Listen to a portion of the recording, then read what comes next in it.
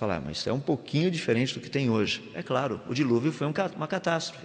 Ou seja, você monta um modelo computacional para mostrar o que possivelmente estava acontecendo.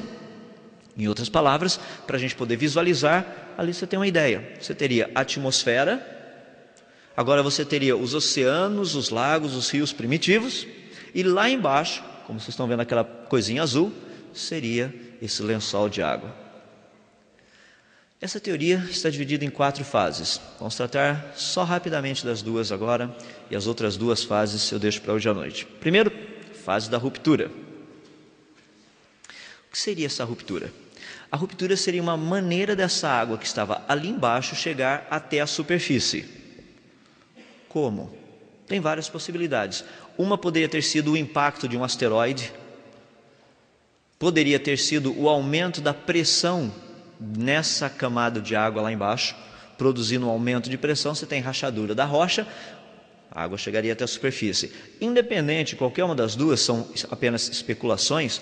O que nós teríamos é o seguinte: para essa água de baixo subir e chegar até a superfície, ela teria praticamente 11 quilômetros para percorrer, para chegar até em cima. Agora imagina essa água subindo no meio de uma rachadura, chegando até lá em cima. Deu para perceber um pouquinho de água no meio da terrinha aqui? O zoe que faz, a lama que fica o negócio. Imagina 11 quilômetros de enxurrada. Como que esse negócio não chegaria na superfície? Um lamaçal todo. O que é interessante a respeito disso, que são 2 coisas que eu quero que vocês percebam, é o seguinte: por um lado você tem essa água chegando à superfície, muita lama, e muita água caindo ao mesmo tempo. O que acontece, ou como se formam os fósseis em rochas sedimentares? Eles são presos na lama rapidamente. Por que as grandes áreas onde nós encontramos fósseis, elas estão perto de um determinado local no planeta?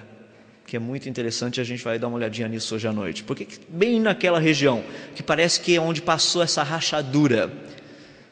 Você pergunta, mas que rachadura é essa? A partir do momento que começa a subir a água, essa rocha, praticamente granito, ela começa a rachar-se. A velocidade do som na rocha é de mais ou menos 5.300 metros por segundo. Já imaginou que legal? Você parado aqui na beira da praia, tão feliz, falando que legal, Congresso da Fiel pré-diluviano. Então você está ali assim, vendo os dinossauros clunk, passando lá fora, bem tranquilo e sossegado. De repente você ouve assim, vê as telhas chacoalhando um pouco. É apenas um desses pequenos animaizinhos que voam. Você conhece os pterodápteros, pterossauros, esse negócio assim, voo rasante. Quetzalcoatlus eram legal para fazer isso. Ou então você passa ali no mar, de repente você vê assim os plesiosauros nadando, você fala que legal, baleia. O cara fala, não é baleia, é um plesiosauro. Será que você nunca viu um plesiosauro durante todo esse tempo? Afinal de contas, você já viveu quase 900 anos. Fala, isso está na hora de arrumar uma namorada, né? 900 anos sem namorada ainda, convida para o banquete hoje à noite. Coisas desse jeito. Sabe o que é fascinante? Se você estivesse numa situação dessa, o que você iria presenciar é alguém acordando. Não, o que você iria presenciar é um chacoalhão na terra toda, um terremoto muito grande, e de repente, ao você olhar em direção ao oceano, daqui onde nós estamos hoje, lá no centro você começaria a ver uns jatos de quase 20 quilômetros de altura de água subindo, e pedra sendo jogado para cima, porque era o que estava saindo. Muita pedra e muita lama. De repente você começa a olhar e fala, peraí, que brincadeira é essa daqui? O chão de vocês está chacoalhando todo e não tem nada que para no lugar, porque o terremoto e os terremotos foram simplesmente inigualáveis. Outra coisa, à medida que essa rachadura vai avançando em termos de oceano, quer dizer, na época não tinha oceano Atlântico, eu vou explicar para vocês a respeito disso, então você não estaria vendo oceano nenhum ali, então vamos voltar um pouquinho. Mas para o pessoal que estivesse perto de uma das regiões onde tinha oceano primitivo, você veria praticamente uma tsunami, uma daquelas ondas gigantescas vindo na sua direção, com cerca de apenas 120 metros de altura. Já pensou que legal fazer surf? Você ia parar no meio dos Andes, literalmente lá, parar com a sua pranchinha lá em cima, cluque. Essa é um pouquinho, para você ter uma ideia do que foi essa destruição. O negócio é que em 2 horas e 20 minutos aproximadamente, essa rachadura já teria se completado de ponta a ponta. Ela saiu de um lado e chegou do outro lado do planeta. Não dá tempo de construir barquinho. Não dá tempo de sair correndo. Eu acho interessante como a Bíblia nos diz: como foi nos dias de Noé, assim será também nos dias da vinda do Filho do Homem. O pessoal pensa que foi aquela chuvinha, entende? Começou a formar aquele tempinho lá longe. Falei, vem chuva, pega o guarda-chuva. Se a chuva for meio forte, vamos subir as montanhas aqui para não inundar aqui embaixo. A Bíblia diz que foi rápido, o negócio aconteceu instantaneamente. Não deu tempo do povo sair e falar, e agora? Não é assim que será a vinda do Senhor Jesus? Você não vai ter um tempinho para botar a sua vida em ordem, falar, tem uns pecadinhos aí que eu preciso confessar ainda não deu tempo, estou segurando as coisas. Não, mas a hora que eu começar a ver que a coisa vai acontecer, eu vou lá e acerto minha vida. A Bíblia diz que não vai dar tempo, do mesmo jeito que não deu tempo para esse pessoal. E sabe o que é interessante? A prova está nos fósseis que não deu tempo. Deus deixou marcado na rocha que não deu tempo, para ninguém ter dúvida. Não deu tempo do povo sair correndo por aí.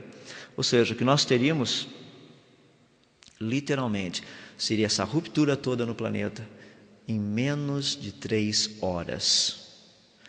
O que aconteceria depois disso é um negócio fascinante. É que essa ruptura toda, desculpe, estava mencionando aí do tempo das 2 horas e dos 10 minutos, que é o tempo técnico para a ruptura de ponta a ponta. O que teria acontecido durante esse tempo, só quem esteve lá para realmente nos contar. O mais perto que eu consigo pensar disso, eu fico imaginando as pessoas que estavam praticamente lá no World Trade Center, aquele prédio que os 2 prédios foram derrubados pelo Bin Laden e Companhia Limitada.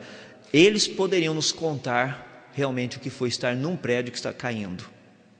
Eu e você poderíamos apenas ter uma ideia do que seria isso. Então o contexto todo do dilúvio, a início, foi esse.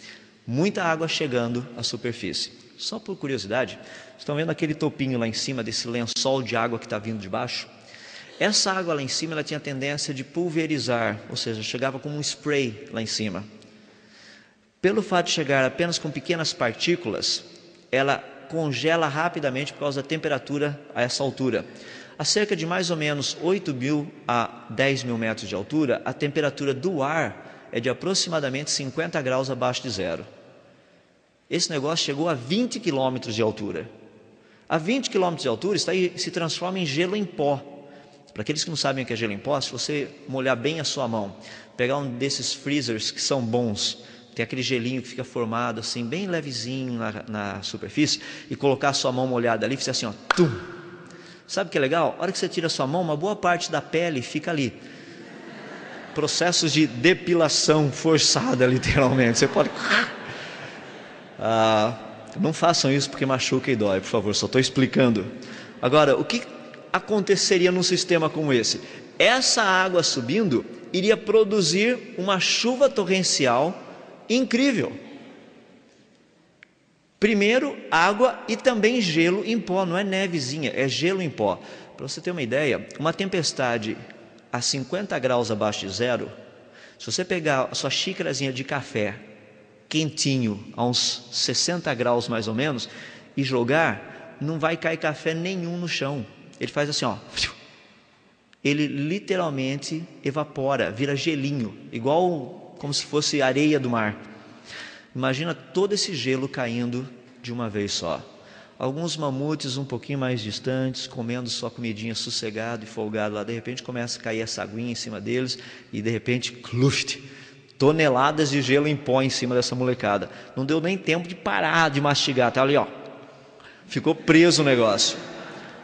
Não é interessante que nós encontramos muitos mamutes congelados na Sibéria, rinocerontes e animais desse tipo? Eles são encontrados congelados ainda com comida na sua boca, comida no seu estômago, sem ter passado pelo processo de digestão. Agora, o que estaria fazendo um mamute congelado na Sibéria? Mamute na Sibéria até que faz sentido, mas ele na Sibéria comendo planta tropical e congelado. Como que você congela um mamute? O pessoal fala, é a idade do gelo. Ah, tá bom. A idade do gelo eu só acredito no desenho animado e gosto daquele esquilinho legal ainda. Mas fora disso, Cientificamente falando, a história é outra. O mamute teria ficado ali algumas centenas de anos